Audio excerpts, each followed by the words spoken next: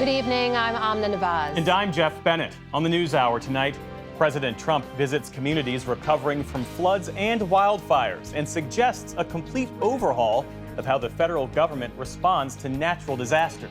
The indigenous Lumbee tribe of North Carolina gets a presidential endorsement for its long-awaited federal recognition. We speak with the group's tribal chairman. Right now, we are pretty much treated as second-class natives, and with our full federal recognition, we will no longer be second-class natives. And the family of Holocaust survivors search for answers 80 years after the liberation of the Auschwitz concentration camp. This place has dominated my whole life. This place destroyed my family, and the echoes of this place continue to destroy my family.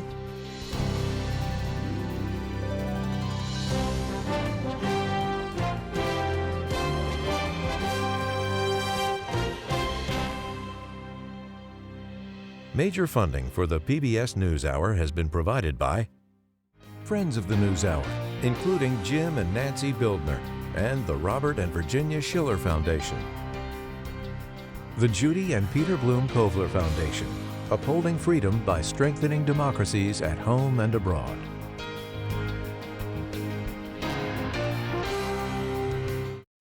Cunard is a proud supporter of public television. On a voyage with Cunard, the world awaits. A world of flavor, diverse destinations, and immersive experiences. A world of leisure and British style.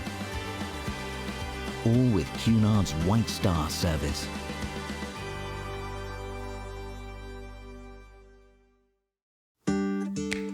The John S. and James L. Knight Foundation, fostering informed and engaged communities. More at kf.org.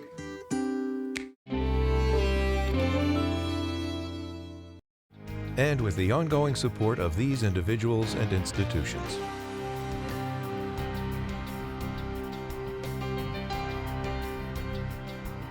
And Friends of the NewsHour.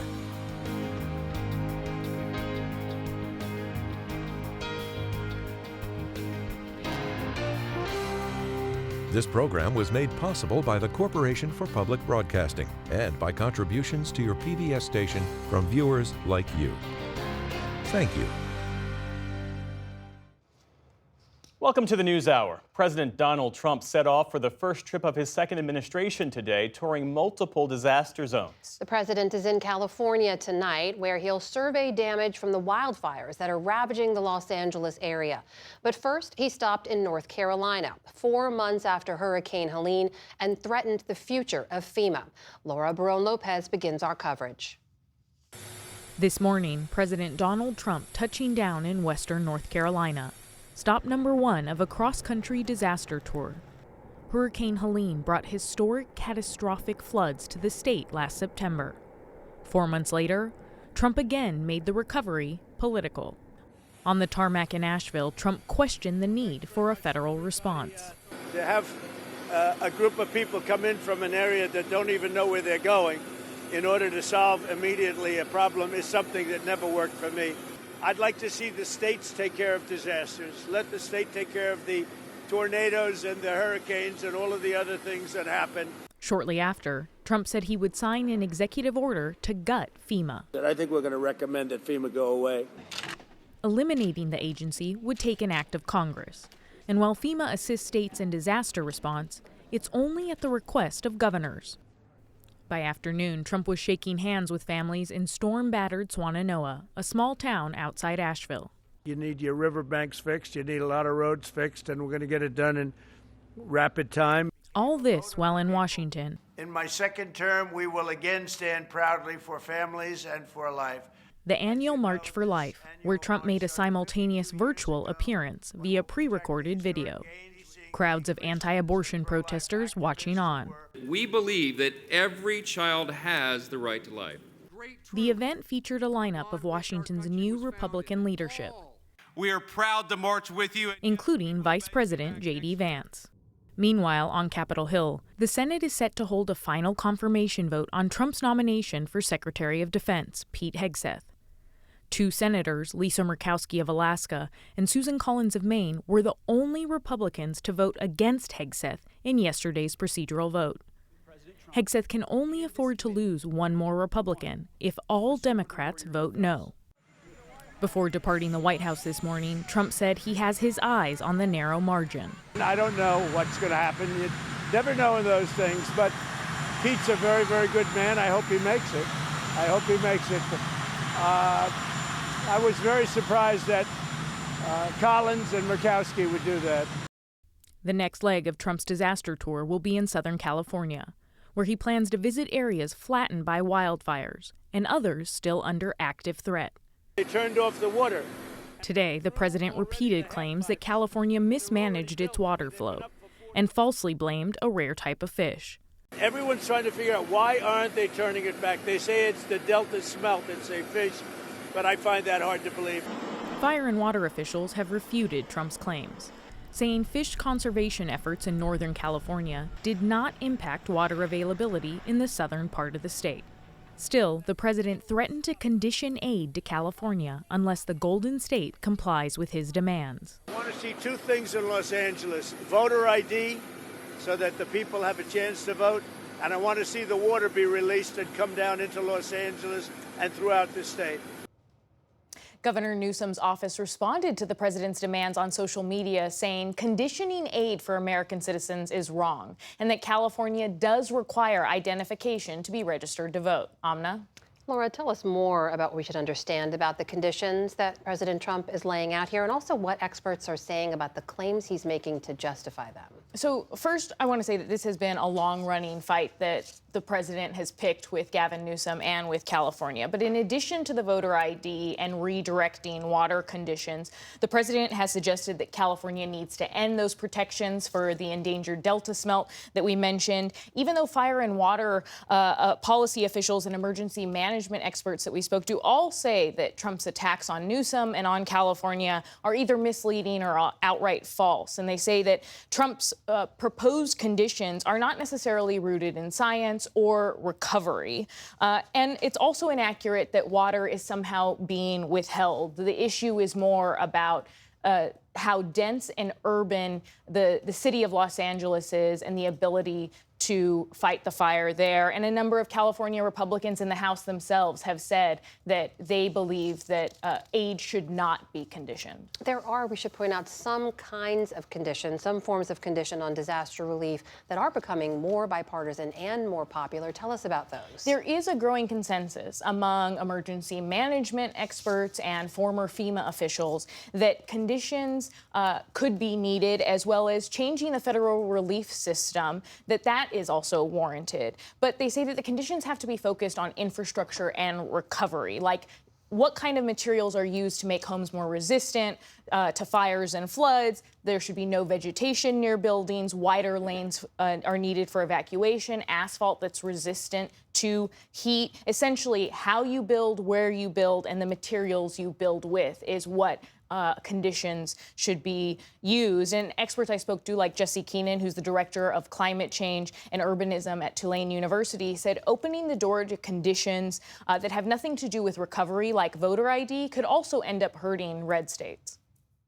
At the end of the day, in this country, red states and counties have many more presidential declarations than Democratic and blue states and counties. And this weaponization, this anti-California bias in your policymaking is only going to come back to hurt you when you begin to apply this to Texas, to Louisiana, to Mississippi. But I also spoke to former officials who worked in Donald Trump's first administration who said that he may simply just decide to apply conditions to blue states like California and leave red states alone. Speaking of his first administration, we should remind folks that in that first time in office, he made similar threats, delayed aid while in office. Remind us how that played out then. In his first term, Donald Trump delayed billions in aid to Puerto Rico after Hurricane Maria, and his White House also obstructed an investigation, according to an internal watchdog, into why those billions were delayed. He also diverted FEMA money from FEMA to deportation of migrants to Mexico. And former Trump officials revealed last year that during his first term, he withheld aid to California and that he didn't change his decision until he was shown by staffers that where the wildfires had hit in Orange County, he was shown congressional maps and realized that there were Republican voters in those areas, and then decided to release the funds. And I spoke to Kevin Carroll, who served in the Homeland Security under Trump's first term, and said that the president makes decisions like this based on whether or not he believes that the areas affected have voters and people that supported him. So, Laura, if there were no federal help for California or other states, if disaster relief was left up to the states, as President Trump is articulating, what would be the consequences? Jesse Keenan of Tulane added that states are left on their own. If they're left on their own to handle these extreme disasters, it would significantly hurt local economies, whether it's blue states or red states. If the federal government pulls out, home prices go up, rents go up, the cost of living goes up, your taxes go up. It's a terrible situation in economic terms. Overall, the experts that I spoke to acknowledge that, yes, FEMA is stretched thin, but to do away with FEMA potentially entirely, as the president is suggesting, is unsustainable and would hurt a number of states, because ultimately states need that recovery help from FEMA. It helps recovery go faster, and it's something that they rely on significantly on them. All right. Our White House correspondent, Laura Barone-Lopez. Laura, thank you. Thank you.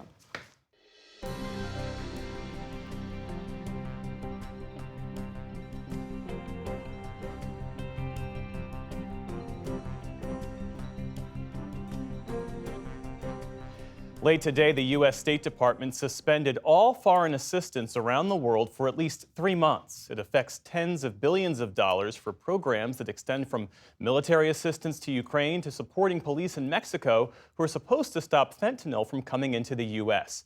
Nick Schifrin is following this all and joins us now. So, Nick, what does this direction actually do?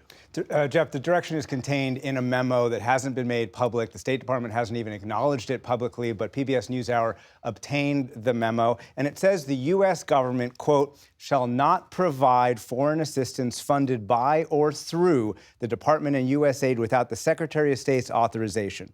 And, quote, for existing foreign assistance awards, contracting officers and grant officers shall immediately issue stop work orders. It says within 30 days, the department will develop review standards. Within 85 days, it'll complete a comprehensive review. And within 180 days, all U.S. foreign assistance will be aligned with President Trump's vision. Bottom line, Jeff, every dollar being spent in terms of U.S. foreign assistance around the world is now being paused. There are a few exceptions. Foreign military financing for Israel and Egypt, and emergency food assistance around the world. So what programs could this suspension affect? We're talking about everything, including security assistance around the world. So $40 billion is generally the total that's cited in terms of total foreign assistance. About half of that is military assistance. So this affects security assistance, or some of the security assistance certainly, to Ukraine, to Taiwan, to Jordan. These are key U.S. allies and partners around the world. And it's not just weapons, it's things like training. But on top of military assistance, this is what the U.S. government calls security assistance, so that's police.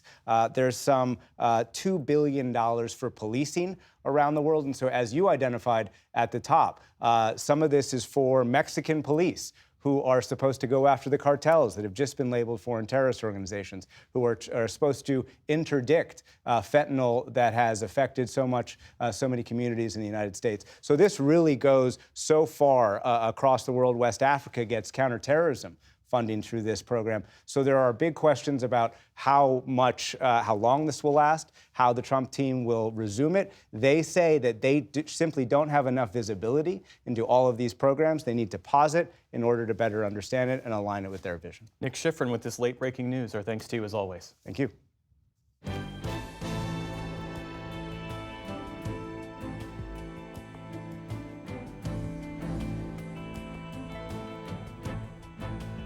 The day's other headlines begin in the Middle East, where Hamas announced the names of 4 Israeli hostages it intends to release tomorrow as part of their ceasefire deal. Daniela Gilboa, Karina Ariev, Liri Albag, and Naama Levy are all soldiers. They were kidnapped by Hamas from an army base in southern Israel during the October 7th attacks. The women are expected to be released in exchange for a group of Palestinians held in Israeli prisons. Also today, Israeli Prime Minister Benjamin Netanyahu said Israeli forces might not withdraw from Lebanon by the deadline set in an agreement with Hezbollah. The ceasefire deal reached in November requires Israeli troops to leave southern Lebanon by Sunday, while Hezbollah militants retreat north of the Litani River. Lebanese forces agreed to patrol the buffer zone between the two sides with UN peacekeepers. But the prime minister said in a statement today that Lebanon hasn't fully enforced the agreement yet. The White House said today that an extension to the ceasefire is urgently needed. Russia and Ukraine traded drone strikes overnight as the war enters its fourth year next month. Eyewitness video from Russia's Ryazan region, about 100 miles outside of Moscow, shows people running from a burning oil refinery. Russia's defense ministry says it shot down 121 Ukrainian drones across the country, one of the largest such attacks of the war. In an interview, Russian President Vladimir Putin said he's open for talks with the U.S. on the war in Ukraine and on energy prices. We would better meet and have a calm conversation on all issues of interest to both the United States and Russia based on today's realities. We are ready.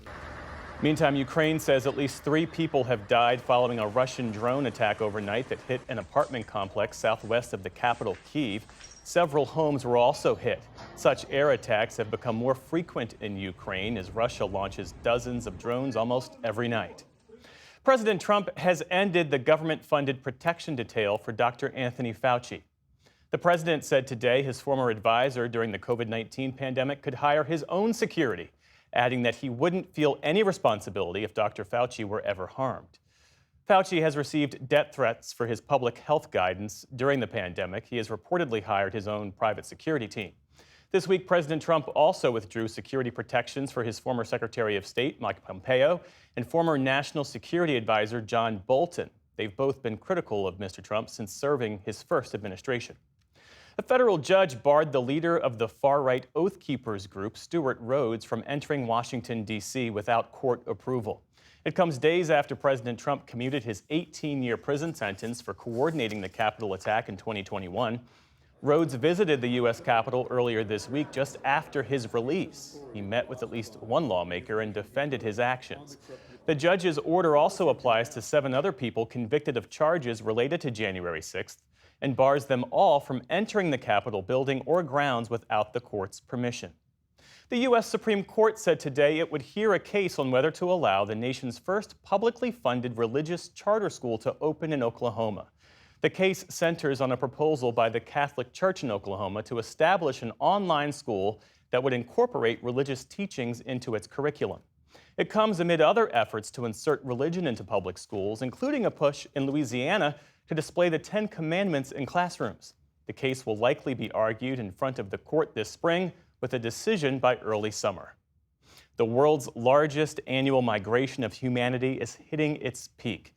It's the travel rush of the Chinese Lunar New Year, and quite simply, many people are going home for the holidays. Of course I'm happy. After the whole year, the family's eager to get together and enjoy a good feast. Hundreds of millions of people will be traveling by train, plane, and automobile in the run-up to Wednesday, which marks the official start of the new year in the lunar calendar. China's government estimates that there will be 9 billion trips during the 40-day travel period, most of them by car. Train trips will top 500 million, and another 90 million people will be traveling by air. On Wall Street today, stocks slipped a bit after recent gains. The Dow Jones Industrial Average fell about 140 points on the day. The Nasdaq lost nearly 100 points, or 0.5%. The S&P 500 stepped back from yesterday's all-time high, losing 17 points. And it was, pandemonium at the National Zoo in Washington, D.C. today. More than a year after the Capitol said farewell to its beloved pandas, zoo officials gave a grand welcome to a new panda pair. As you can see, there was a brass band, a panda mascot, even a ceremonial countdown before their grand debut. The 2 new giant pandas, Bao Li and Qing Bao, are on loan from China for the next 10 years. They continue a tradition that goes back to the early 1970s, when pandas helped soften the political edges of the U.S.-China relationship. PandaCam is also back with 40 cameras capturing their daytime activities. Still to come on the NewsHour, David Brooks and Jonathan Capehart weigh in on the week's political headlines. One family searches for answers 80 years after the liberation of Auschwitz. And a new winter basketball league founded by WNBA players tips off. This is the PBS NewsHour from the David M. Rubenstein Studio at WETA in Washington and in the West from the Walter Cronkite School of Journalism at Arizona State University. The Lumbee tribe of North Carolina got a major boost this week in its decades-long fight to become a federally recognized tribe. President Trump yesterday signed a presidential memo directing the Secretary of the Interior to submit a plan for full federal recognition of the tribe. That status would unleash hundreds of millions of dollars in support for the 60,000-member Lumbee. Their chairman, John Lowry, joins us now. Thanks for being with us. Thank you for having me. So how confident are you that this action by President Trump will finally result in the recognition that your tribe has sought for more than a century now? Well, we are very confident. As you may know, we have been through the United States House numerous times over the past decade, and we've always seemed to come up short in the United States Senate. And we've never had this level of support directly from the White House, from the president himself. And so we feel like with him weighing in, with him letting Congress know that he would like to see us have full federal recognition, we feel like this will help us to finally cross the finish line and get this bill passed in both houses of Congress and sent to his desk. Why have previous efforts fallen short? We've been on this road for a long time. During the 1950s, the United States was trying to get out of what they called the Indian business, and they were terminating relationships with tribes. And so we actually got caught up in that. Because of that, we've been in this legal limbo now. We've had a lot of support from different Congress people in the past. And so, you know, it's just a lot of work trying to get this bill passed. How would full federal recognition change the day-to-day lives of your 60,000 members? Well, we have a tribal government now that is set up, and we have a budget over $40 million. We already get some funds from different programs like HUD and energy and youth. And so, you know, what we will be able to do is access additional programs, additional services. We will be able to access programs within Indian Health Service, within BIA, and there's also programs in other departments, Department of Transportation, USDA, Department of Energy. We will be able to access those, and we will be able to take those programs and provide them to our people. So we're definitely looking forward to being able to access those programs, access those set-asides for tribes, and to put them to good use for our people. I want to ask you about the potential politics of this, because just before he signed the order, President Trump had this to say. I love the Lumbee tribe. They were with me all the way. They were great. So he's suggesting there that the tribe backed his candidacy. Is that the case, and do you have any concerns about partisan politics potentially becoming mixed up with this quest for federal recognition? I do not have a thought process that partisan politics can play a part in this. Our tribe, I think as a whole, if you look at the voting statistics, I do believe that our people did vote for President Trump over Vice President Harris. But at the end of the day, I do not think partisan politics will play a role in this. Our people have been politically active for years. We voted for candidates from both parties. We've had President Obama say he supported us, President Biden, President Trump. So we've had people on both sides of the aisle, all the way at the top, who've said that they support us. What would full federal recognition mean to you? You know, we are a very strong and resilient people, and our ancestors worked hard for us just to be here today. And you know, we have stood the test of time.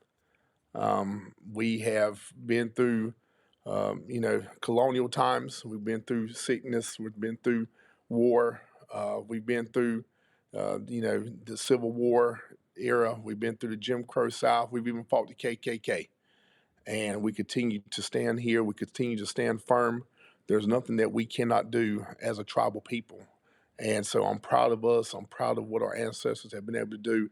And I will say this, right now, we are pretty much treated as second-class natives.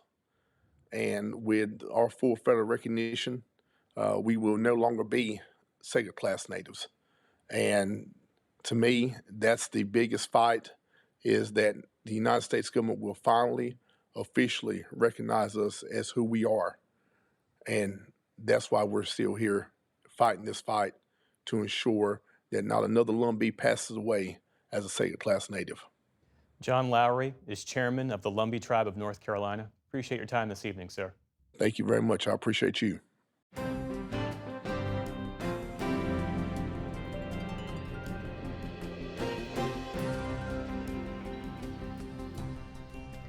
This coming Monday marks the 80th anniversary of the liberation of the Auschwitz-Birkenau extermination camp. An estimated 1,100,000 people, mainly Jews, were murdered there during the Holocaust. One of the youngest survivors was an 8-year-old Polish girl named Rutka. She moved to Canada after the war and took the name Rachel Hyams. Decades later, she died by suicide. And now Rachel's daughter has been retracing her mother's steps and allowed special correspondent Malcolm Brabant to come along on the emotional journey. Oh my God. Take a deep breath. This place has dominated my whole life. This place destroyed my family, and the echoes of this place continue to destroy my family. Audrey Hyams Romoff has spent a lifetime resisting the compulsion to come here. That station looks completely intact, no different than it did over 80 years ago. Now, supported by her daughter Lindsay, Audrey has travelled from Toronto to try to find answers to 2 unresolved family mysteries. Why was her grandfather Aaron killed during a fight in a cattle car on the way to Auschwitz-Birkenau? But more importantly, what drove her mother Rachel to suicide, 63 years after she and her mother Regina survived this, the worst of all the Nazi extermination camps? Rachel was just 8 years old when she entered the Gate of Death. Most people transported here from across occupied Europe went straight to the gas chambers. But Rachel and her mother did not, as she told the Shoah Foundation 28 years ago. I have this memory, and it's troublesome. I see a door that is oval on top and straight on the bottom. In my own mind, is that a door to a crematorium? I know that our clothes were being taken away. I knew that women were having their heads shaved. This Russian film, shot a week after the death camp's liberation, shows the child survivors. Among them somewhere is 8-year-old Rachel. It's been a journey. It's not over. I'm still grappling. And the issue for me is, what do you do with the trauma? We're all prisoners of our past. Rachel grew up to be a nurse in Canada. She married a doctor, Bram, and became more prosperous, dressing in bright colours as a counterpoint to her dark past as she had children and grandchildren. But in 2008 in Montreal, during a Jewish holiday, more than 60 years after Rachel escaped the gas chambers, the Nazis finally triumphed. Seen here a decade earlier with mother Regina and husband Bram, Rachel was mentally unravelling. My father said, in a quiet voice, he said, your mother doesn't want to be here anymore. And when I heard that, I didn't take it seriously. And I didn't take it seriously because my mother had made these grand pronouncements all my life. But later, with tragic symmetry, Rachel shut herself in the garage and started the car. Her husband Bram was also asphyxiated, possibly accidentally. Their deaths remain a mystery. There was no suicide note. I'm trying to deal with survivor guilt.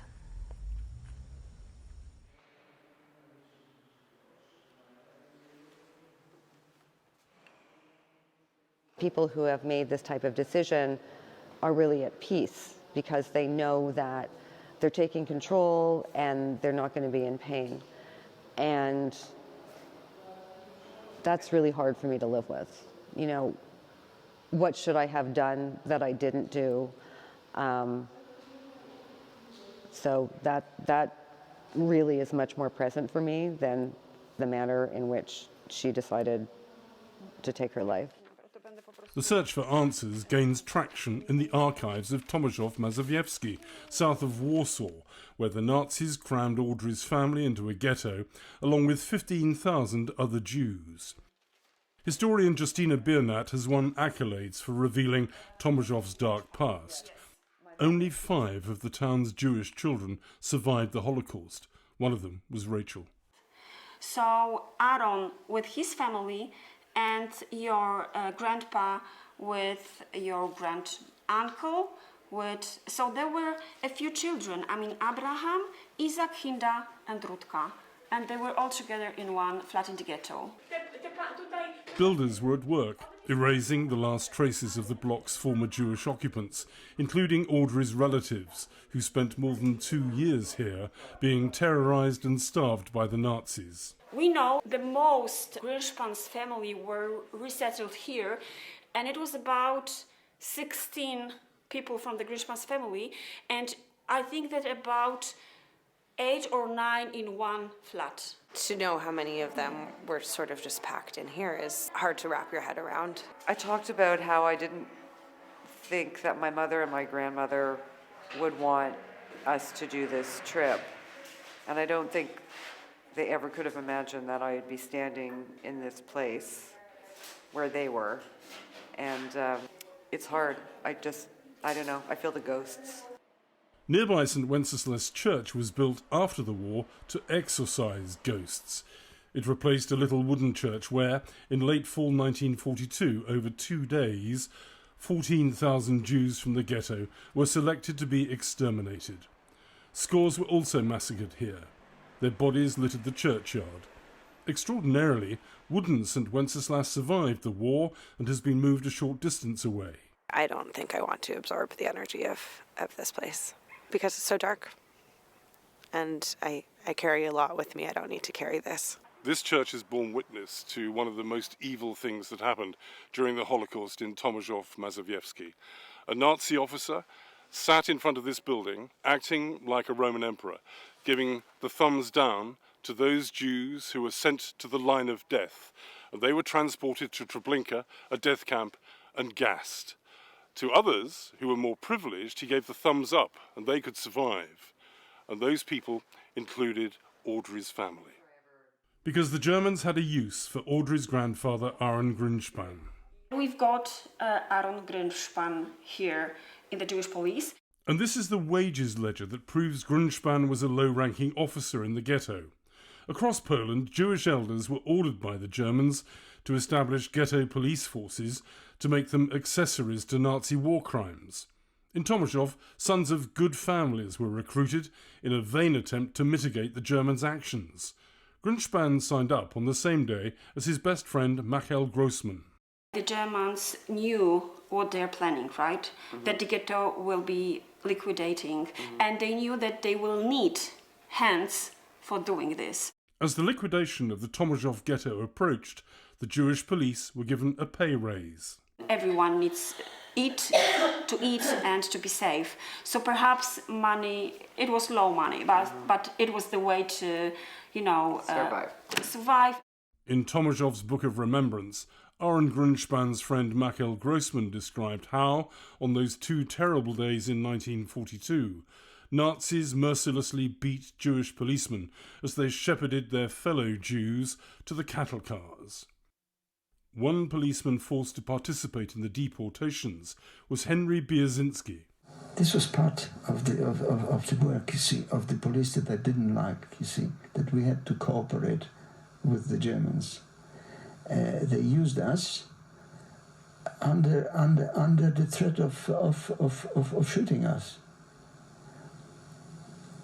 And we did have to do it, you see.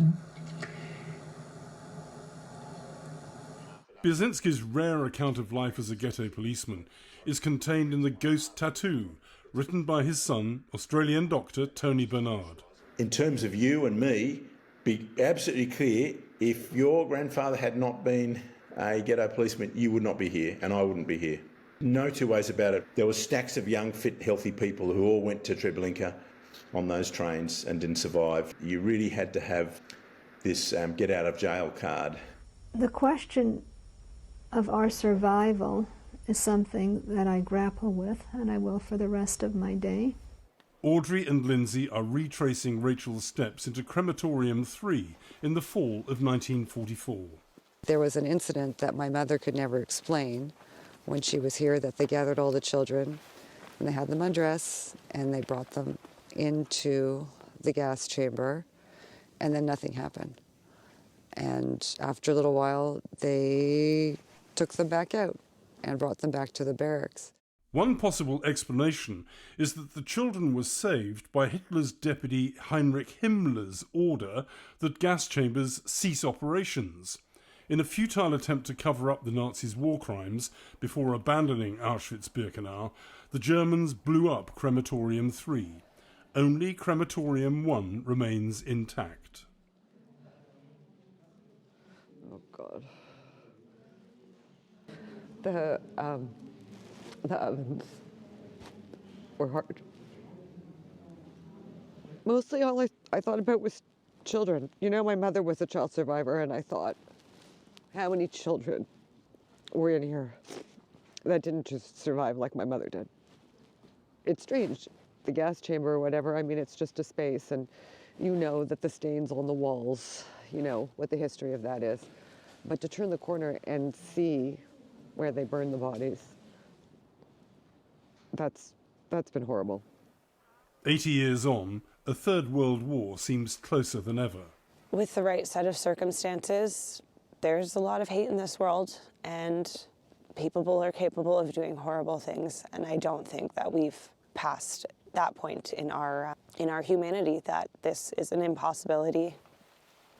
We're here to honor them, and if they can see us, to say we came back here, don't be mad at me. We remember you.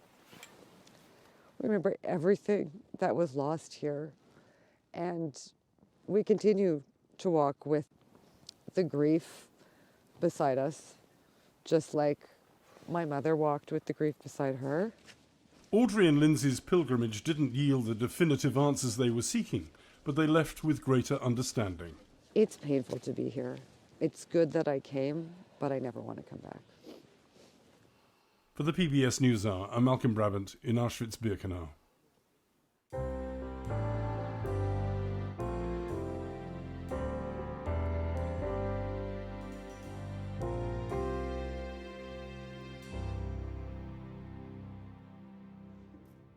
Well, it has been a busy first week for the Trump administration. To delve into what President Trump has prioritized since re-entering the White House, we turn tonight to the analysis of Brooks and Capehart. That is New York Times columnist David Brooks and Jonathan Capehart, associate editor for The Washington Post. It's good to see you both. Hey, Jeff. So President Trump is acting on his campaign promises at the quickest pace in recent memory. Jonathan, what do these past few days suggest to you about how the next few years might go? Well, look, all the things he's doing, from the pace to what exactly specifically he's doing, he told us. He told us exactly how these first few days were going to go. So that is not what's surprising. What is surprising to me is just sort of the level of meanness in some parts, smallness in other parts, but also aggressiveness in other ways. And I'm thinking about his moves on immigration, his moves of snatching the security details from Pompeo, Bolton, Fauci. and Dr. Fauci. I mean, this is, it is startling, but I also politically, I understand why he's moving so quickly and so broadly, because the clock is ticking. His term is 4 years on paper, but the way politics runs in this town and in this country, he's got maybe a year and a half, maybe 2, if he wants to get over the finish line, a lot of these things. But I will point out, there are 2 specific promises he did not keep. He didn't end the war in Ukraine on day 1, and he didn't lower prices on day 1. When we spoke before the inauguration, David, you said you weren't going to pre-panic, that you were going to wait and see what Donald Trump does. How are your nerves? I'm still in pre-panic mode. I haven't panicked yet. I thought the Fauci, Bolton, and Pompeo taking away the security detail was small and vicious and ugly. There are other things I liked. They reformed NEPA, which is the National Environment Policy Act, which was a Nixon-era thing that got expanded under Carter. And that really was, these are environmental regulations that really did restrict home building. They restrict green energy plants. They restrict manufacturing. And so if one of the reasons we have high housing prices is because it's very hard to build in a lot of places, especially places like California, because of NEPA and other things. Kamala Harris said she was going to regulate. I'm not sure she could have been able to do it, but Trump did it. And so we have much greater grounds to hopefully there'll be home building, and housing can become affordable for young people. So that's a very positive thing the Trump people did. On immigration, I obviously don't approve. He's doing what he said. And I understand why people who are undocumented in this country, the 13 to 15 million, are scared, terrified out of their minds. I totally understand that. But it should be said that the way politicians talk about immigration and the way policy experts talk about it is totally different. They can talk about mass deportation, but we have like 750 immigration judges for a country of 330 million. Some of these judges have backlogs of like 6 years, 8 years. Who's going to pick up people? The military, the National Guard, they don't want to do this. They have a recruiting crisis already.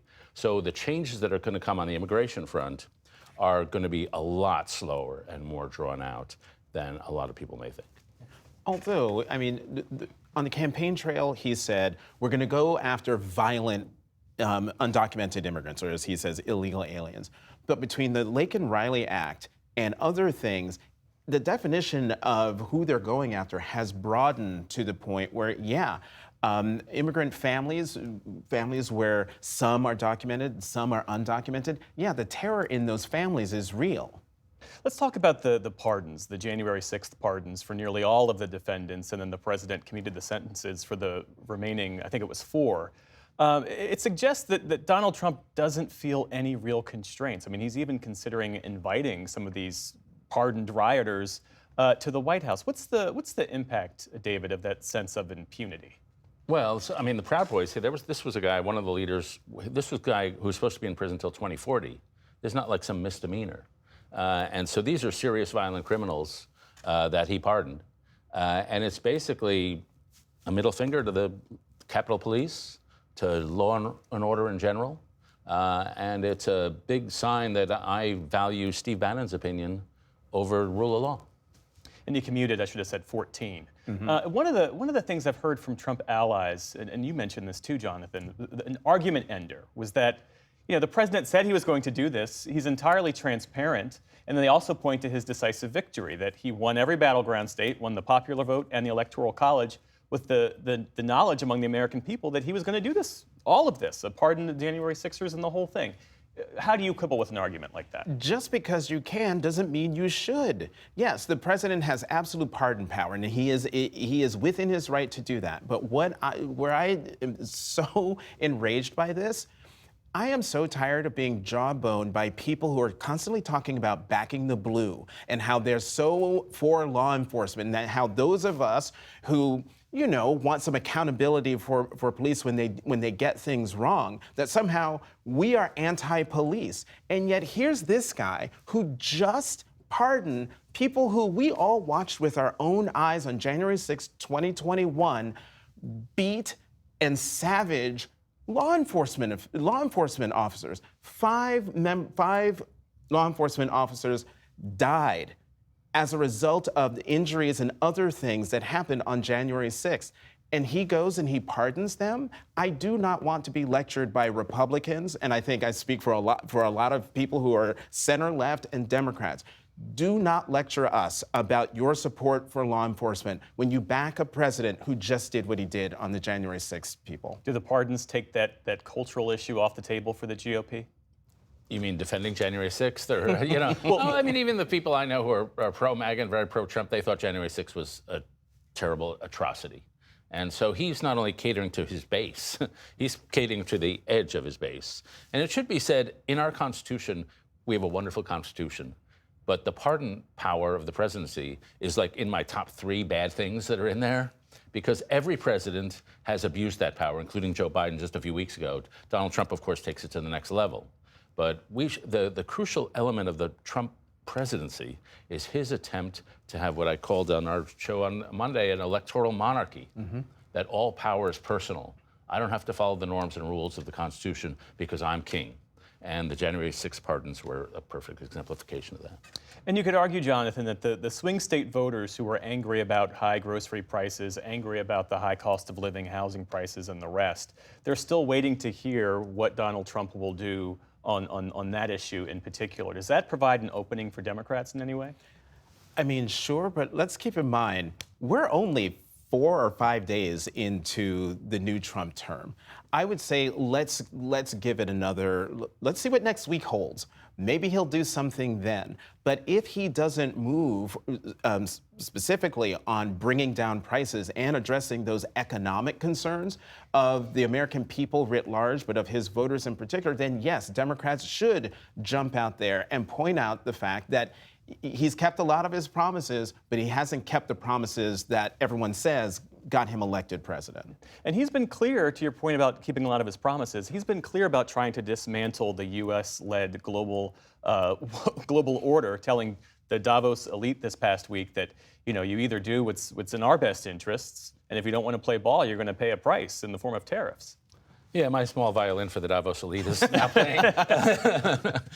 I would say a couple things on foreign policy. The first, one thing that I think has been undercovered but has been truly terrible, and maybe the most terrible thing for me, is the decimation of the national and national security staff, some of the intel staff. These are career people who are patriotic people who work like 70-hour, 80-hour weeks. They serve every president, and they have expertise. You take all those people, a lot of people showed up and they were asked to go home, and we don't know if you're ever coming back. And so who's going to run our foreign policy? Get somebody, people who don't know anything about intel. You can't learn intel by sitting on a college campus. You have to be in the intel community. And so I'm worried about the decimation of our human capacities. I have some hopeful thoughts about just the vibe about Russia these days. They're winning very gradually the war in Ukraine, but at tremendous economic cost, human cost to the regime. And you see these little vibes that maybe Putin and the Ukrainians can come to the deal, which is what Putin wants or what Trump wants. That may happen. That may be a little hopeful glimmer. What do you make, Jonathan, of Donald Trump's effort to dismantle and undermine organizations that were set up after World War II to make the world safe for democracies and to promote prosperity? Set up after World War II with whose driving force, whose leadership? American leadership. I mean, we've had largely peace in the Western Hemisphere because of those institutions, because the United States and the establishment back then understood that a peaceful, prosperous world has to be one that's at peace and that also has the imprimatur of American democracy, meaning respect for the rule of law. People should be free to vote for the governments, vote for their leaders, and that there should be a human rights and a free press, a free, uninhibited press that holds those governments accountable. And what's so dangerous about now a second Trump administration is that he has shown through his actions in his first term and most definitely now, 5 days in, that he is running completely counter to that. And so how does the world look at the United States and those institutions now? Can those institutions hold without American leadership and an American president who cares about those institutions? Jonathan Capehart and David Brooks, our thanks to you as always. Have a good weekend. Thanks, You John. do.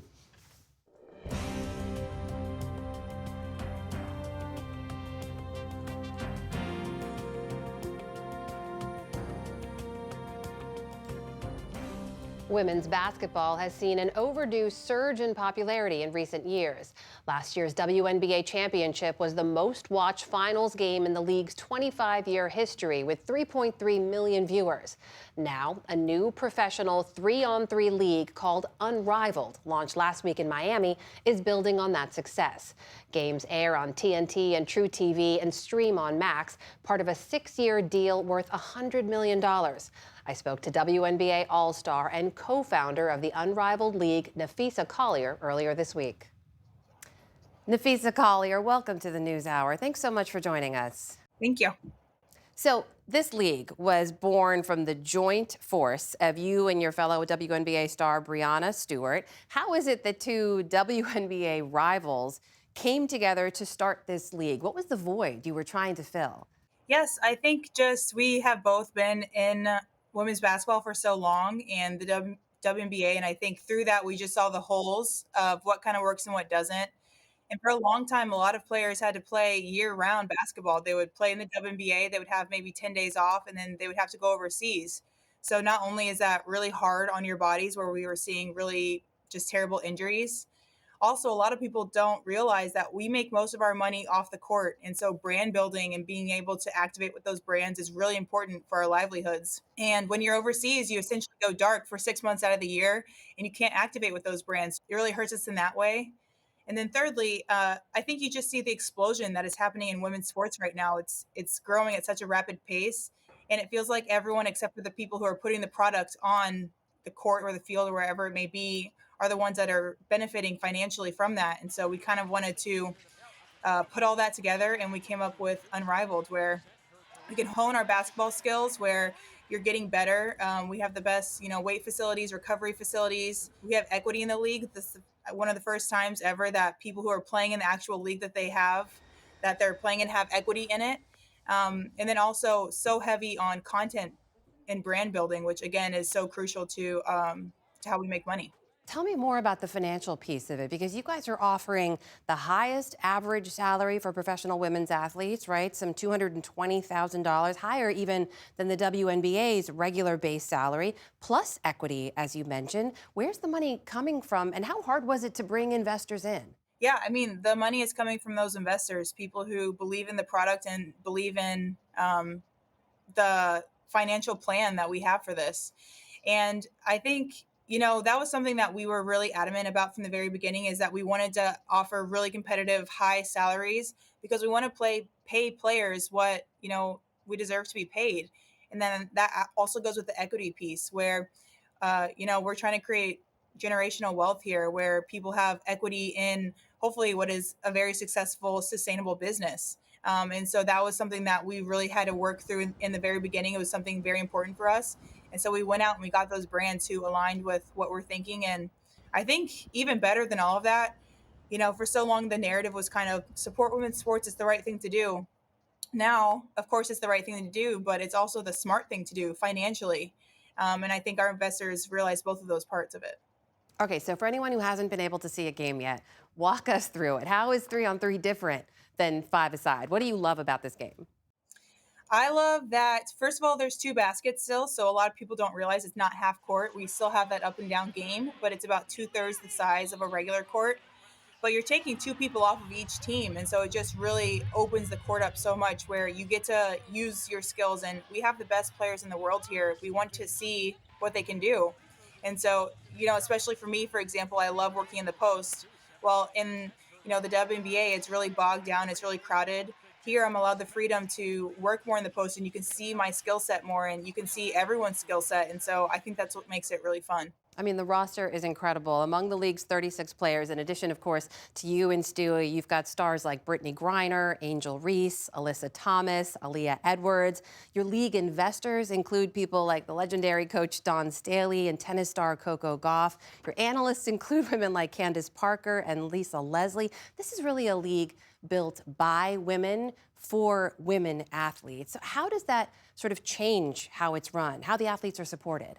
We have said from the very beginning, this is a players-led league. Everyone who's playing this year has equity in the league. And so we're here for us. We're here for the players. And so just working really closely about what that means and what that looks like. What do you guys need for recovery? What is going to make this the best situation for you to grow as a player and to get better? And so I think you just see that where everyone has a vested interest literally in this business. And so not only do we want to get better, but we want to do whatever we can to support the league as well. Napheesa Collier, co-founder of the Unrivaled League. Thank you so much for joining us, and good luck this season. Yes, thank you. And remember, there's a lot more online, including our digital weekly show, PBS News Weekly, that recaps President Donald Trump's first week in the White House. That is on our YouTube page. And be sure to watch Washington Week with The Atlantic tonight on PBS. Moderator Jeffrey Goldberg and his panel discussed the wave of executive actions President Trump signed in his first days back in the White House. And on PBS News Weekend, an AI transcription tool used in hospitals has been found to make up words, the risks that could pose to patients. And that is the NewsHour for tonight. I'm Amna Nawaz. And I'm Jeff Bennett. For all of us here at the PBS NewsHour, thanks for spending part of your evening with us. Have a great weekend. Major funding for the PBS NewsHour has been provided by the ongoing support of these individuals and institutions, and friends of the NewsHour, including Kathy and Paul Anderson, and Camilla and George Smith. The Walton Family Foundation, working for solutions to protect water during climate change so people and nature can thrive together.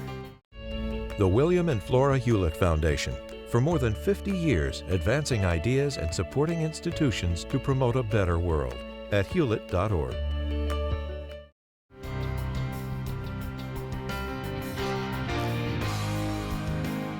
And with the ongoing support of these individuals and institutions.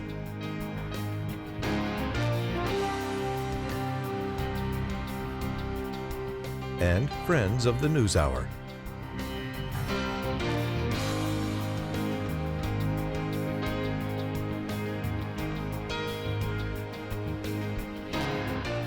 This program was made possible by the Corporation for Public Broadcasting and by contributions to your PBS station from viewers like you.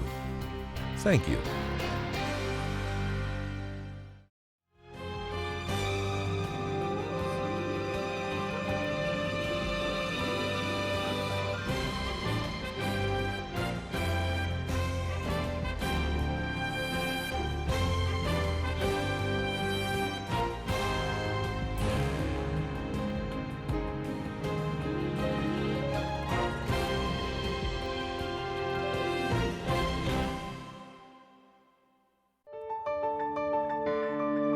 You're watching PBS.